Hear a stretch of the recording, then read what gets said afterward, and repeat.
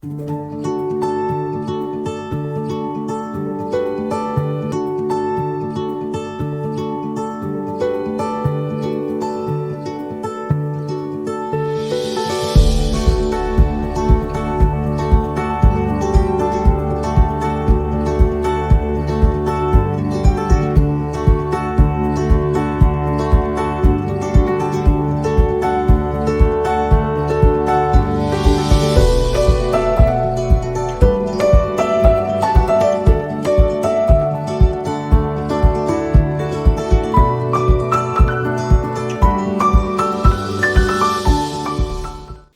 bueno es la palabra, ¿no? Qué maravillosa, qué poderosa es la palabra. Y cada día lo que pasa en el mundo nos convence más de la certeza y del poder que hay en la palabra. O sea, la palabra de Dios es viva. Amén. Viva y eficaz. Vamos a leer en el libro de Romanos, capítulo 13, los versículos 10 al 12. Vamos a utilizar la nueva traducción viviente. En las pantallas aparecen los textos en nueva traducción viviente. Y dice la palabra: en el nombre del Padre, del Hijo y del Espíritu Santo. El amor no hace mal a otros. Por eso el amor cumple con las exigencias de la ley de Dios. Esto es aún más urgente, porque ustedes saben que es muy tarde, el tiempo se acaba. Despierten, porque nuestra salvación ahora está más cerca que cuando recién creímos. La noche ya casi llega a su fin, el día de la salvación amanecerá pronto. Por eso, dejen de lado sus actos oscuros, como si se quitaran ropa sucia, y pónganse la armadura resplandeciente de la vida recta. Amén y amén. ¿Qué hora es? Gracias. No, yo les estaba diciendo, era el título del mensaje. ¿Qué hora es? Ese es el título del mensaje, pero gracias por darme la hora. De todas formas, pero es muy importante, más que saber la hora del día en el reloj o en el teléfono o en lo que sea, pero más importante que saber esa hora, es más importante saber realmente la hora del tiempo en que estamos, de la era en que estamos, la hora que estamos viviendo. Es aún mucho más importante saber esa hora. Mire que la palabra nos dice que ya es muy tarde, nos está diciendo, y estoy hablando de la hora de los tiempos proféticos, de los tiempos escatológicos. Y cada día que pasa suceden y surgen nuevas cosas que nos llevan a ver el poder de la palabra de Dios y la verdad que hay en la palabra de Dios. He escuchado a muchos predicadores decir que la Biblia es más actual que el periódico de mañana, y tienen toda la razón, porque es una verdad. Pero antes de entrar al tema como tal, yo quiero hacer un pequeño o una pequeña parada en este versículo 10 que acabamos de leer, donde dice: el amor no hace mal a otros, por eso el amor cumple con las exigencias de la ley de Dios. Entonces, y esta palabra está haciendo contexto a los versículos 11 y 12. Cuando empieza diciendo el versículo 11: esto es aún más urgente. Se está refiriendo a esto del amor, que se está convirtiendo en algo muy urgente para nosotros, muy importante, algo que es que tenemos que tener y hacer lo más pronto posible. Dice, el amor no hace mal a otros. Saben que, resumiendo todo, el origen de todos los conflictos políticos, económicos, sociales, relacionales, emocionales, psicológicos, todo el origen de todos los conflictos es la falta de amor. Es la falta de amor. Tanto que dice el Señor en su palabra, el amor cumple con las exigencias de la ley de Dios. El amor cumple con las exigencias de la ley de Dios. Mira, si nosotros viviéramos en amor y tuviésemos realmente amor y amáramos a las personas de verdad como decimos amarlas, nosotros muy fácilmente le decimos a la esposa que la amamos, le dicen al esposo que lo aman, o le dicen a cualquier persona que la aman. Pero si eso fuera cierto, iglesia, dejemos que la misma palabra de Dios nos enseñe y nos hable qué debe permanecer en nosotros para que sea verdad lo que estamos diciendo. Y miremos 1 Corintios capítulo 13 versículos 4 al 7. Si esto que vamos a leer estuviera en nosotros en serio, no habrían guerras, no habían pobres, no habían afligidos por el maltrato. Mire lo que dice la palabra así en 1 Corintios capítulo 13 los versículos 4 al 7. El amor es paciente y bondadoso. El amor no es celoso ni fanfarrón, ni orgulloso, ni ofensivo. No exige que las cosas se hagan a su manera. No se irrita, ni lleva un registro de las ofensas recibidas. No se alegra de la injusticia, sino que se alegra cuando la verdad triunfa. El amor nunca se da por vencido, jamás pierde la fe, siempre tiene esperanzas y se mantiene firme en toda circunstancia. Amén. Yo no voy a explicar más sobre el amor porque realmente no es el tema, sino del mensaje de hoy, pero sí me llama la atención que ante un texto sobre los tiempos en que estamos viviendo, ante un texto profético y escatológico, haya un contexto sobre el amor. Y empieza el versículo 11 diciendo: esto es aún más urgente. Y hay que entender muy bien ese punto. Es mucho más urgente, mis hermanos, que vivamos en amor en este tiempo y que tengamos amor en este tiempo. Y de verdad que debemos trabajar mucho y pedirle al Espíritu Santo que nos ayude, porque realmente no es fácil. No es fácil.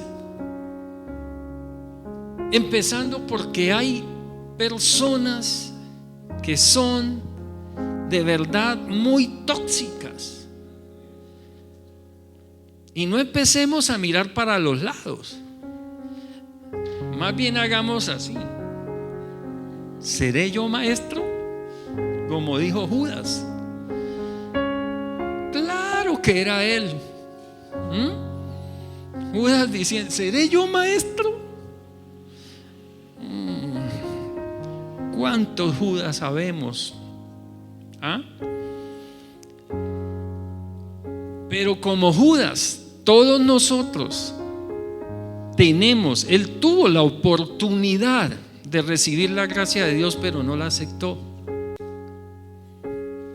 Nosotros tenemos la gracia de Dios, amén, para que la recibamos y la aceptemos y le digamos al Espíritu Santo que nos ayude, para que de verdad cumplamos la ley de Dios. Porque la palabra también nos dice que si cumplimos los mandamientos del Señor, que a nosotros, nos conocerán que somos discípulos de Él si nos amamos los unos a los otros. Mire lo tremendo. Entonces es muy importante, y el amor cumple con las exigencias de la ley de Dios. Es muy tarde, dice la palabra. El tiempo se acaba. En el reloj profético de Dios, Israel es clave. Yo creo que aquí no hay una persona que no esté enterada de los acontecimientos en el Medio Oriente. No creo. ¿O hay alguien que no sabe lo que está pasando en el Medio Oriente con Israel?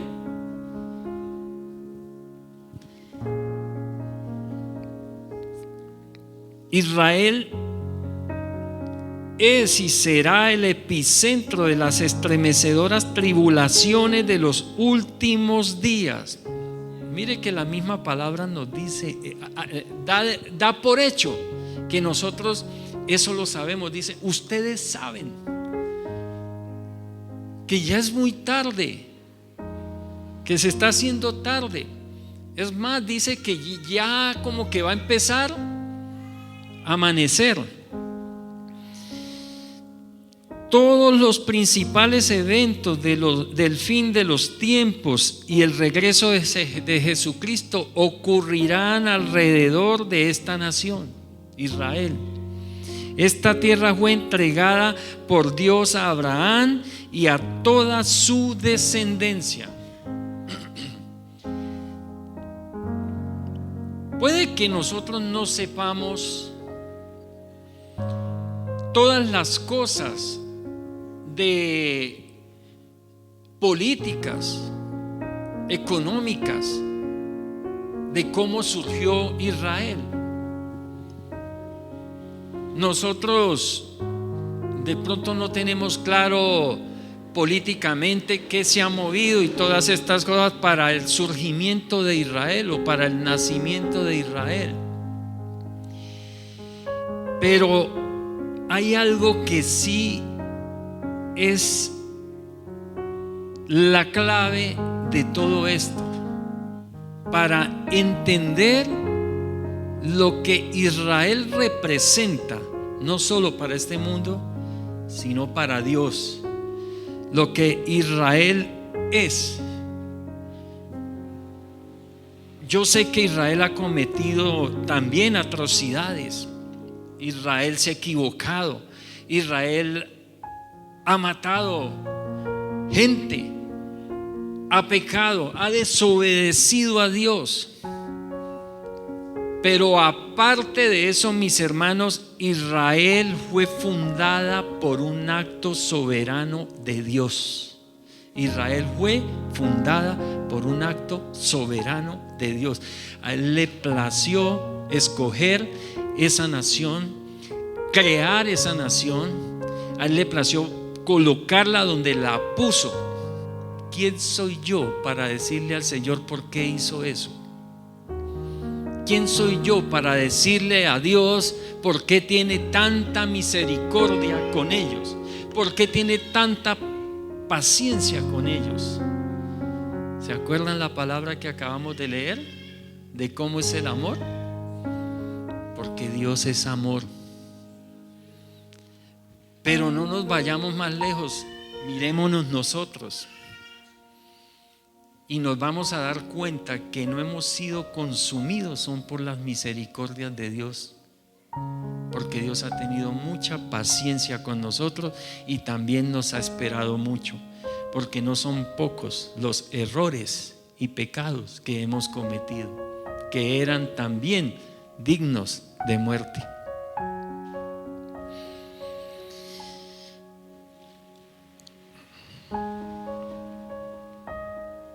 que Israel se metió allá y que pobrecitos los palestinos y que no sé qué, y mire, y bueno, y hoy en día sí que ve uno incluso muchos cristianos en contra de Israel,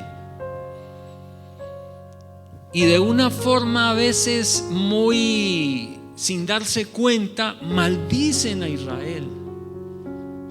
Y qué peligro maldecir a Israel. A nosotros nos puede gustar o no lo que haga Israel, o nos puede gustar o no la nación de Israel, pero es la niña de los ojos de Dios, y la niña de los ojos de Dios no se toca.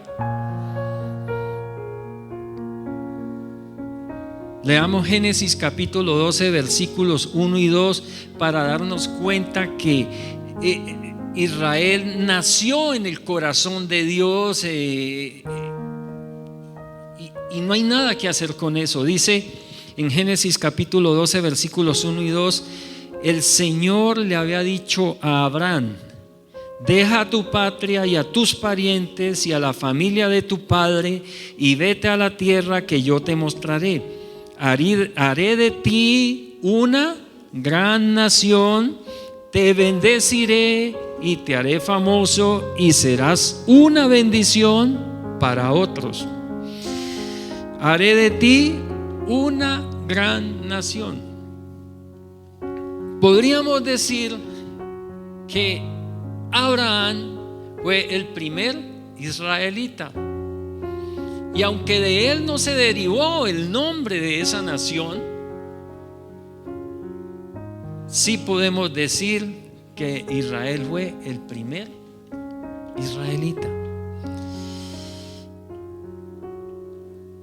En Génesis capítulo 12 versículo 7 dice: entonces se le apareció a Abraham y le dijo: daré esta tierra a tu descendencia. Amén. Y Abraham edificó allí un altar y lo dedicó al Señor. Uno ve en los principales noticieros y oficiales mucho periodista atacando a Israel y defendiendo a Palestina, y esgrimen muchas cosas, que fue que Israel se metió allá, que Israel es el que no tiene que estar ahí, que eso pertenece a los palestinos, y bueno, y cosas así. Yo no quiero meterme en esos asuntos políticos y económicos y lo que mueve este mundo, porque pueden decir que Israel fue creado por la ONU, o que Israel fue creado por X o por Y, o porque querían esto o porque querían lo otro. El mundo puede hablar y decir lo que quiera, mis hermanos, pero lo que dice Dios en su palabra es que Él creó a Israel y lo puso donde está hoy, y eso a mí me basta.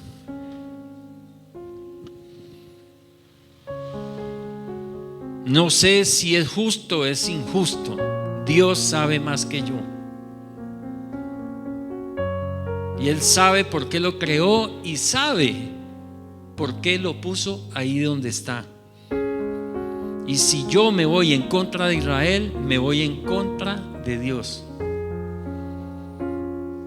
Si es triste que nuestro presidente, por sus palabras, no sé su corazón, pero por sus palabras parece que estuviera en contra de Israel. Es muy triste, porque es el líder de nuestra nación. Y así como nosotros debemos orar por Israel, debemos orar por nuestro presidente para que entre en razón y tenga sentido común, al menos. Porque la palabra es clara y dice: al que te bendiga, al que bendiga a Israel, lo bendeciré, y al que te maldiga, lo maldeciré. Y Él es el líder de nuestra nación, y por eso debemos orar por misericordia para Él y para toda nuestra nación. Amén. Independientemente si nos gusta o no nos gusta el presidente, eso es muy aparte. Tenemos una obligación moral y espiritual de orar por el jefe máximo, por el que está dirigiendo los destinos de nuestra nación. Tenemos que orar por él y clamar por misericordia. Y volvamos a la palabra de Primera de Corintios, versículos 4 al 7. Amén.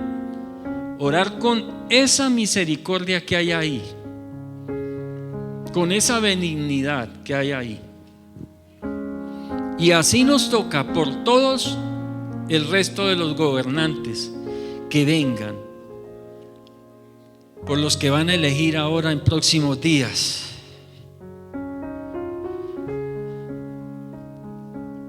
Bendito sea Dios. Y esta forma sobrenatural de originarse esta nación, escúcheme en esto, iglesia, porque como les hablaba, ¿no? A veces dicen que la causa es de la persecución a Israel es por X, por Y, porque invadió, porque no invadió, porque esto. No, la verdadera causa es esto que les voy a decir. Esta forma sobrenatural de originarse esta nación es la principal causa de las irracionales hostilidades y persecuciones permanentes para esta nación de Israel, que se originó sobrenaturalmente por un acto soberano de Dios. Y eso sí que le duele al diablo. Es una piedra en el zapato, podríamos decir, para Satanás. La nación, la creación de la nación de Israel tiene dos trasfondos fundamentales, que son: uno, un trasfondo terrenal o un trasfondo humano, y otro, y este trasfondo terrenal o humano es la nación de Israel como tal, y la palabra de Dios la representa por la arena a la orilla del mar, por la arena a la orilla del mar. Y hay otro trasfondo que es el espiritual, representado, ¿sabe en qué? En nosotros, la iglesia. Nosotros somos el Israel espiritual. Gloria a Dios. Sí, démosle el aplauso al Señor. Es motivo de darle un aplauso, porque desde el momento en que Dios llama a Abraham y le dice: vete de tu tierra y de tu parentela a la tierra que yo te mostraré y haré de ti una gran nación, estaba viéndonos a nosotros, mis hermanos. Porque es que la creación de Israel tiene esos dos trasfondos: un trasfondo terrenal y un trasfondo espiritual. La nación terrenal es Israel, la que está allí en el Oriente Medio, y la nación espiritual somos nosotros, los hijos de Dios, que estamos regados por todo el mundo y representados, ¿sabe? A Israel, el terrenal lo representa la arena que está a la orilla del mar, y a nosotros, ¿sabe qué nos representan? Las estrellas del cielo. Y vamos a mirar Génesis capítulo 22, versículos 17 al 18. Quiero volver a recordarles, iglesia, esto es muy importante. Podemos escuchar que Israel fue creado por esto, por X, por lo otro, que Israel, todo lo que escuchemos, mis hermanos, tengamos claro que Israel fue formado por un acto soberano de Dios. Amén. Bueno, dice así en Génesis capítulo 22, los versículos 17 al 18. Ciertamente te bendeciré, multiplicaré tu descendencia. Esto es en parte de la creación de Israel. Y le está hablando Dios a Abraham. Le dice: multiplicaré tu descendencia hasta que sea incontable. ¿Cómo dice? Como las estrellas del cielo y la arena a la orilla del mar.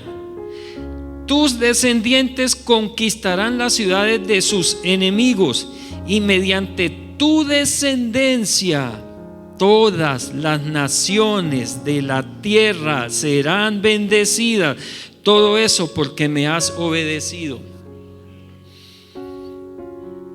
El Señor le había pedido a Abraham su hijo y no se lo negó, su único hijo. Dijo: me lo sacrifica para mí, y ni corto ni perezoso se fue a sacrificarlo. Y yo creo que todos sabemos el resto de la historia.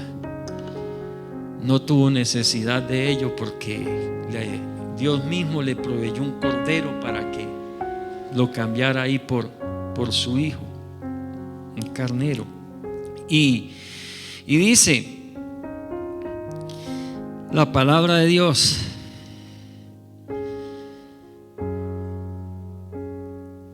les decía que tiene un trasfondo terrenal, ¿cierto? Y de hecho, Israel ha tenido mucho que ver con el desierto.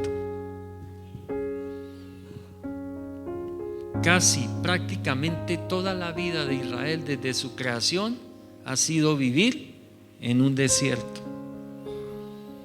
incluido hasta la misma tierra donde lo llevó el Señor. Un desierto. Y para poder llegar allí tenía que atravesar un desierto.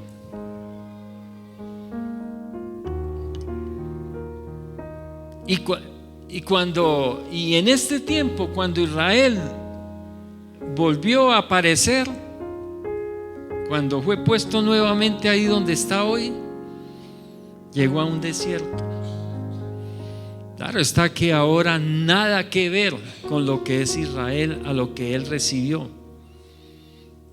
Porque es impresionante, si se mira desde arriba, Israel se ve como un jardín hermoso, y los alrededores desierto. Las naciones alrededor de él, desierto.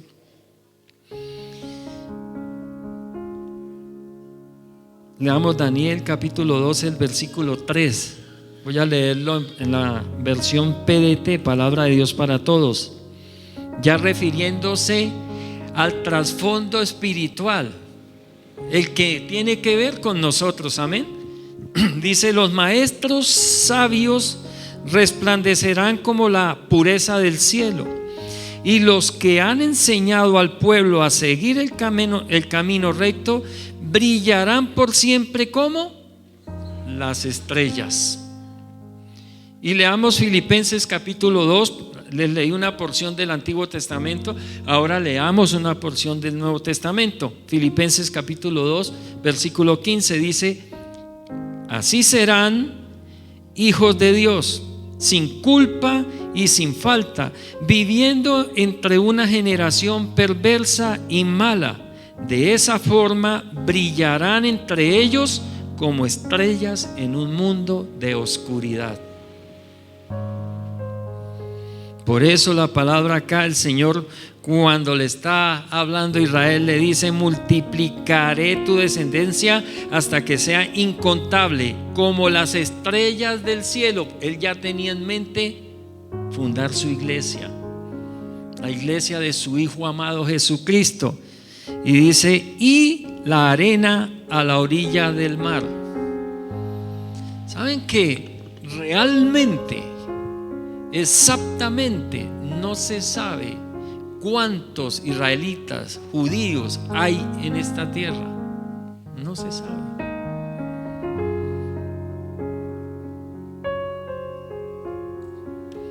pero son más de los que se piensan y se creen.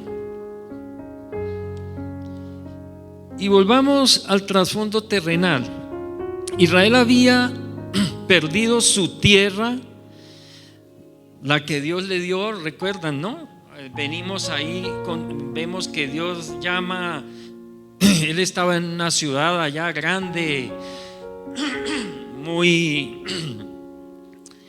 próspera económicamente, y él estaba allá, y de allá fue sacado de Ur, de los caldeos, y fue llevado a esa tierra que el mismo Señor le dijo que él le iba a mostrar, amén. Y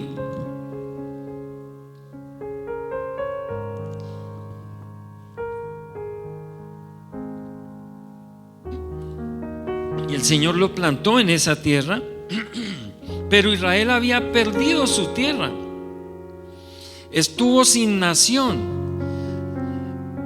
Israel sufrió muchas invasiones, destierros, sufrió destierros, pero siempre quedaba un remanente ahí en la tierra donde Dios los había establecido. Pero en el año 70, el Imperio Romano, bajo el mando del general Tito, invadió a Israel en el año 70 y prácticamente lo destruyó todo, incluido el templo. Del templo solo quedó ese muro que vemos a veces en televisión, y los que han tenido la oportunidad de ir allá, que vemos que ahí van los judíos a orar, ¿cierto? Y los ve uno ahí en ese muro. Ese muro fue lo único que quedó del templo del Señor que había en ese entonces. Y fueron dispersados por todo el mundo en un evento histórico conocido como la diáspora. O sea, eso es lo que quiere decir diáspora, dispersados. Les tocó huir de su nación, y su nación quedó desolada y sin habitantes.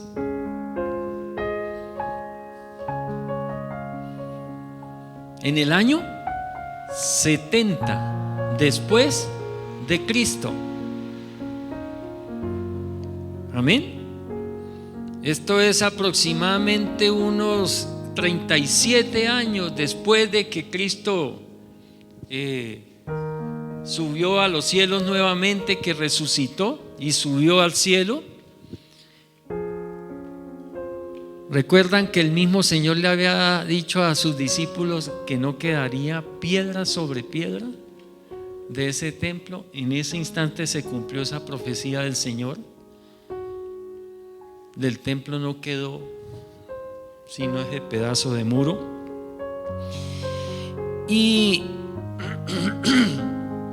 Pero Israel es desarraigado de su tierra, echado de su tierra, y le toca huir a todas las naciones, amén.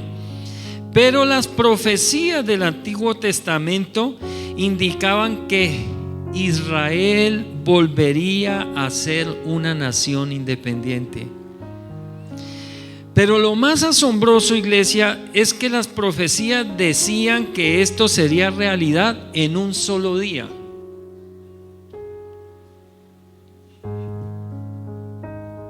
La palabra habla en el Antiguo Testamento de que iba a llegar el día en que Israel iba a ser completamente echado de su tierra. Pero también hablaba que iba a llegar el momento en que iban a volver a su tierra y que iba a nacer nuevamente la nación de Israel. Pero dice la palabra, decía la profecía, que en un solo día. Vamos a leer en Isaías capítulo 66 los versículos 8 al 9. Isaías 66 versículos 8 al 9. Dice la palabra así: ¿acaso alguien ha visto algo tan extraño como esto? ¿Quién ha oído hablar de algo así? ¿Acaso ha nacido una nación en un solo día? ¿Acaso ha surgido un país en un solo instante? Pero para cuando le comiencen los dolores de parto a Jerusalén, ya habrán nacido sus hijos. ¿Llevaría yo esta nación al punto de nacer para después no dejar que naciera? Pregunta el Señor. No, nunca impediría que naciera esta nación, dice Dios. Israel resurgiría de las cenizas en un solo día. Era la profecía. Y asombrosamente, la moderna nación de Israel fue establecida en un solo día, el 14 de mayo de 1948, iglesia.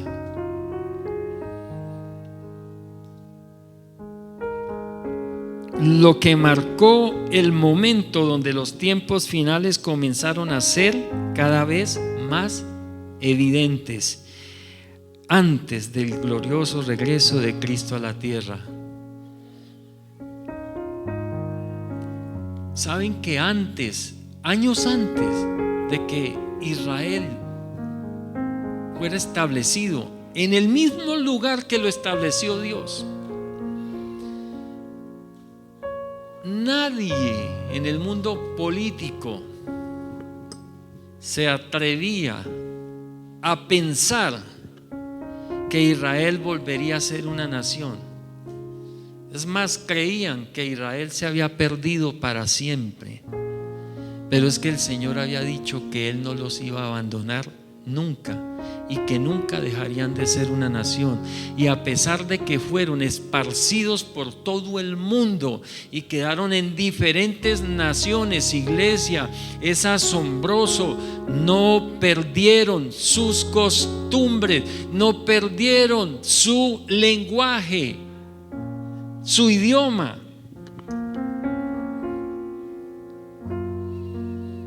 Por lo menos nosotros los colombianos nos vamos para Argentina 2 días y llegamos hablando argentino. Che, ¿y vos qué?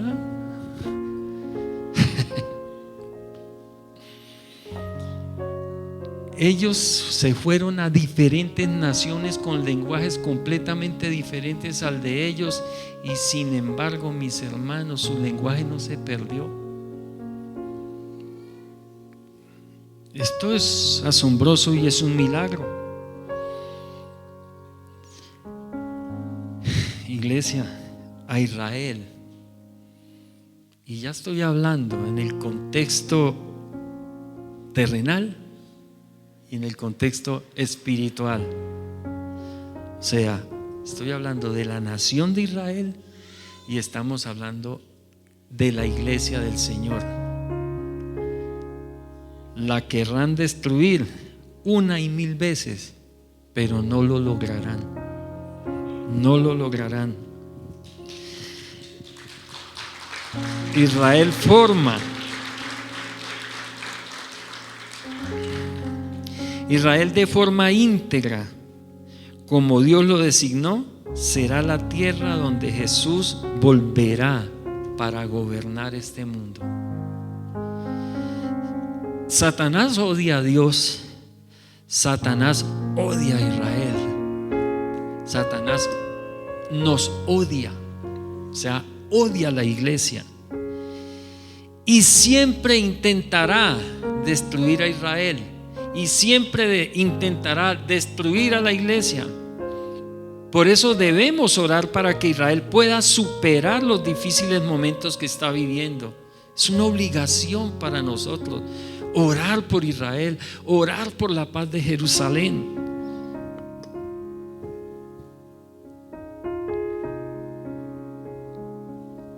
Y debemos orar por la iglesia, porque las puertas del infierno no prevalecerán contra ella. Y oremos también por el pronto regreso de nuestro Señor Jesucristo, para que restaure a su pueblo, sane la tierra y establezca su reinado eterno. Eso debe ser una oración nuestra. No le tengamos miedo al arrebatamiento, iglesia. Mira, yo creo que el deseo de todos los cristianos debería ser, si entendemos las Escrituras, y la bendición que sería que Jesús volviera. Todos los días le pediríamos al Señor que volviera. Pero a veces uno habla de esto, mis hermanos, y a muchos no les gusta. Incluso algunos le dicen: no, pero que se demore todavía un tiempo. Es que yo todavía tengo planes. Acabé de comprar una finca y la quiero disfrutar. Tengo un viaje, estoy pagando un viaje y lo acabo de pagar por allá en el 25, en el 26. Me compré la lotería y me la pienso ganar.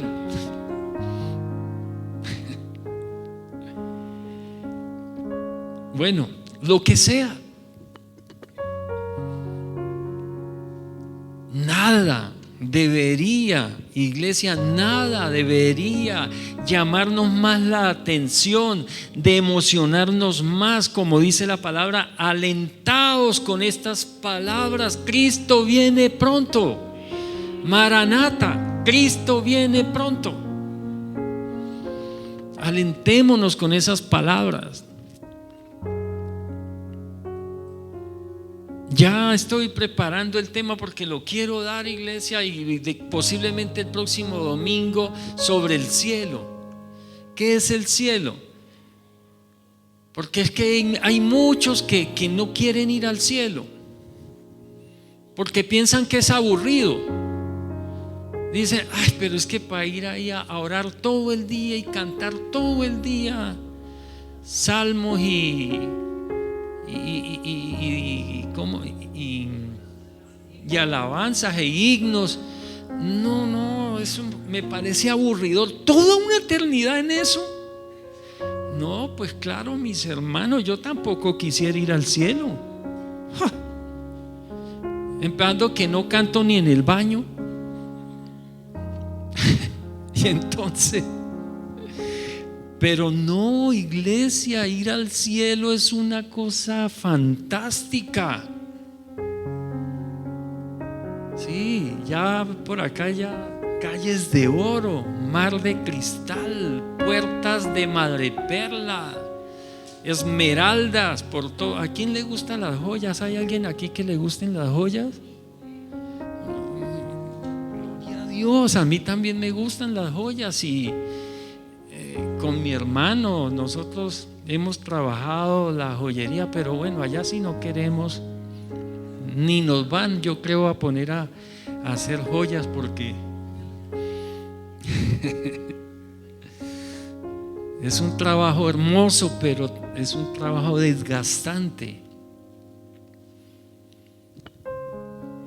Pero iglesia, el cielo es fantástico.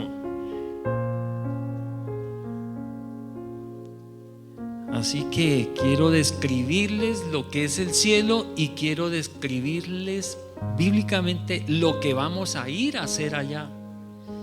Y seguramente después de oír esa palabra y esa prédica y esa enseñanza, mis hermanos, se quiere ir, pero ya.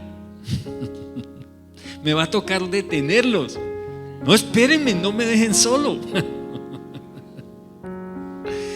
En verdad es fantástico el cielo.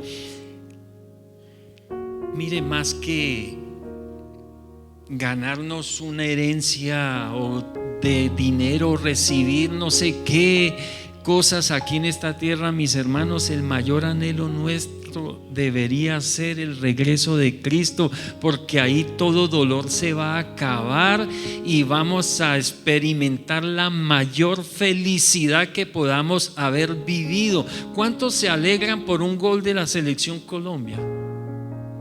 ¿Cuántos? Muy poquito. Bueno, es que Aquí hay que puros argentinos o brasileros. ¿Ah? Bueno, claro está que decían por aquí que como no los hacen, bueno, pues sí, ¿cómo, cómo nos vamos a alegrar? Pero en serio, hay cosas en esta tierra que nos dan mucha alegría, mucha emoción y nos hacen levantar de nuestras sillas, nos hacen saltar, nos hace reír y llorar incluso de alegría. Pero la mayor satisfacción, la mayor alegría que vamos a experimentar es estar frente al Señor y que Él nos abrace y que después nos ponga a pasear por todo este universo. Aleluya.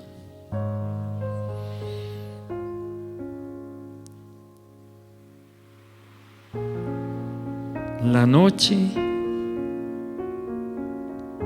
ya casi llega a su fin.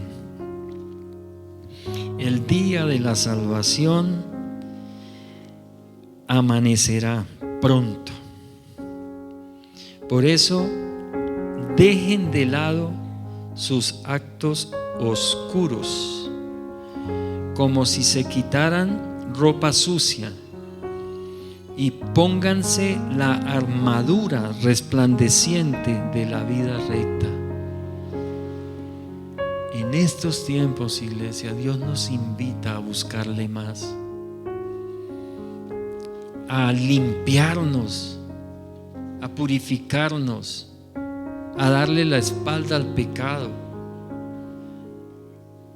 No lo intentemos por nuestras propias fuerzas.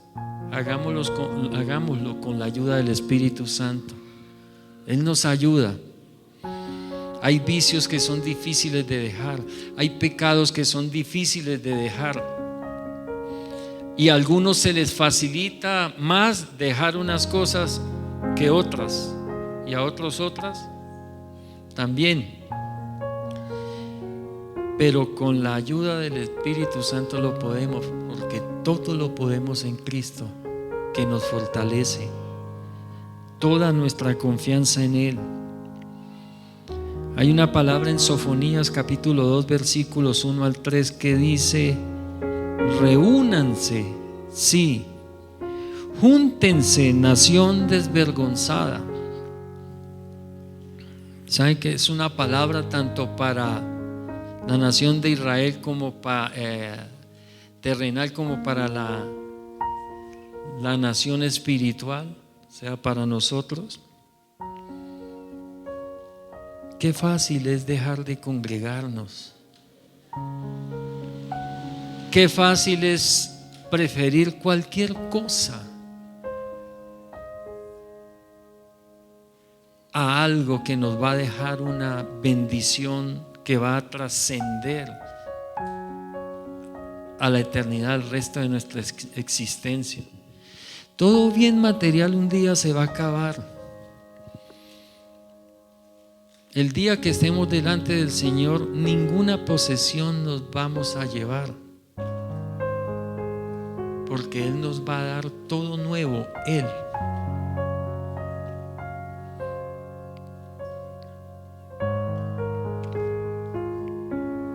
Dice: reúnanse antes de que comience el juicio, antes de que su oportunidad de arrepentirse huele como paja. Actúen ahora, nos está diciendo el Señor, actuemos ya, antes de que caiga la intensa furia del Señor y comience el terrible día de la ira del Señor. En el momento en que el Señor venga por su iglesia, comienzan 7 años que se llaman el día de la ira del Señor. Y ojalá ninguno esté pensando en quedarse para ese tiempo. Santifiquémonos ahora, busquemos a Dios hoy que todavía puede ser hallado, iglesia, porque es terrible lo que se viene ese día. Son 21 juicios, 21 juicios, 7 sellos, 7 copas, 7 trompetas. Y no se sabe cuál es peor. Si nos asustan los terremotos que vemos ahora en México, si nos asustan los tsunamis que hemos visto, mis hermanos, eso es una cosa de niños para lo que va a suceder en esos 7 años. Por eso el Señor nos hace ese llamado tan grande y tan poderoso. Busquen al Señor los que son humildes, porque es que para buscar de Dios se necesita ser humilde. La mayoría, la gran mayoría de los que no reciben a Dios es por orgullo, porque no les gusta rendirle cuentas a nadie y les gusta vivir como mejor les parece y a su manera, y que nadie les diga nada. Y eso no deja que busquen de Dios. Gracias a Dios que con todas nuestras imperfecciones, iglesia, ustedes y yo, con todas nuestras debilidades, con todos nuestros pecados y con toda esa escoria que nos rodea a nosotros, Dios dice que hemos sido humildes porque le hemos buscado y porque lo hemos encontrado y porque le hemos hallado. ¿Y por qué estoy seguro de que le hemos hallado? Porque queremos, porque venimos, porque buscamos escuchar su palabra.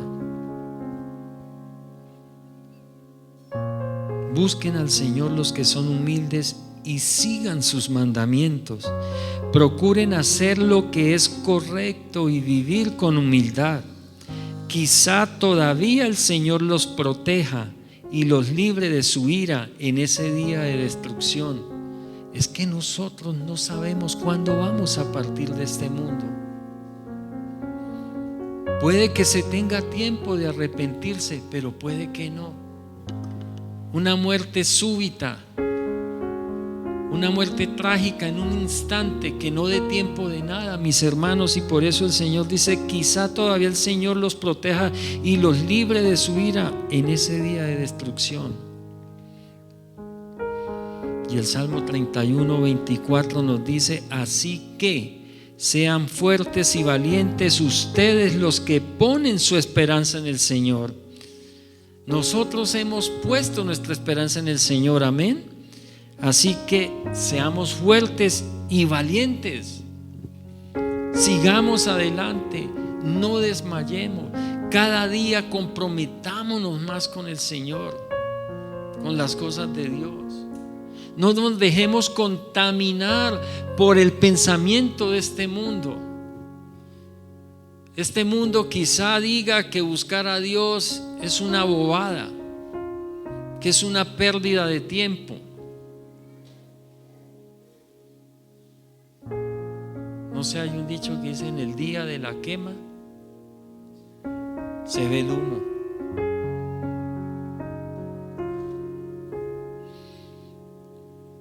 Habrán muchos que se tirarán al piso y que rogarán misericordia en ese instante y ya no la alcanzarán.